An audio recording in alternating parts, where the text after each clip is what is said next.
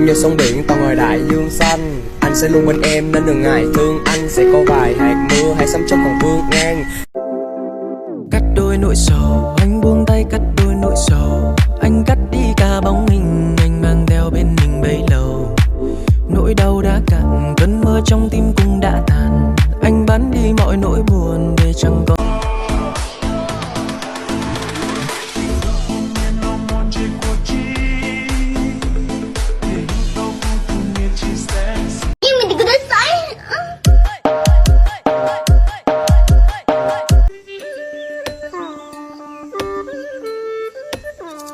Tại vì thích em nhiều quá nhưng em lại nói là à lôi. Cũng định solo hip hop cùng với trai bản nhưng mà thôi. Anh gửi vào trong câu rap cho em tính cả môi. Nhà em có mấy quả đôi thì anh cũng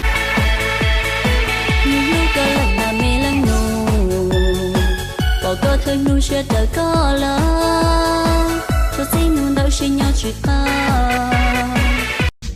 y chế đu đàn cu cu cờ ly sao tao tu chỉ lo lu lo rùa cu sa ua hơn ly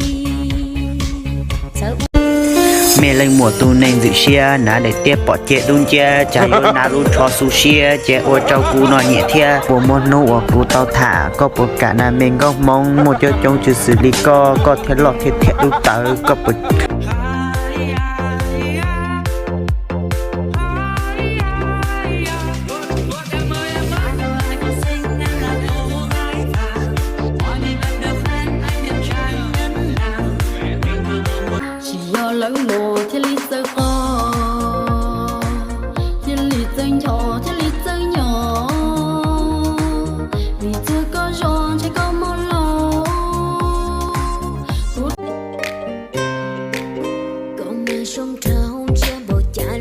chỉ giàu cậu mà thia hay chiêm bộ cha luôn chưa chỉ thua ôn đi trong thâu ly có thia yo chỉ lo lắng mồ thia ly sơ kho thia ly chân nhỏ thia ly chân nhỏ vì chưa có giòn chỉ có một lò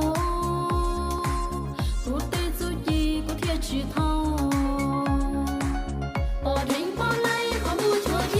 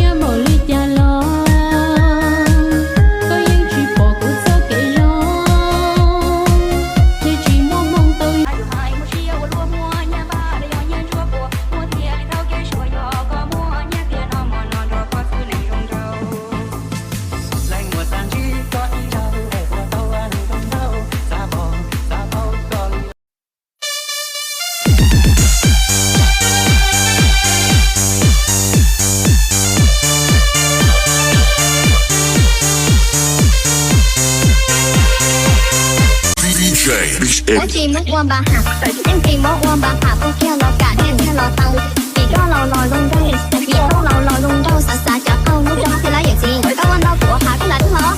Còn là lên một. Tàu lúa tê bò nì trâu trâu xía khứ, lo vì lo tê chỉ nhớ mò bùa lo bư. Sân mày nhìn nó chơi yo wa cha. Chỉ mua tu trong yo lo wa nha, trong có lần say để tới chăm ba, cha cậu mà mua. con nhà chơi lưng tua trong đi già, miệng nhau ba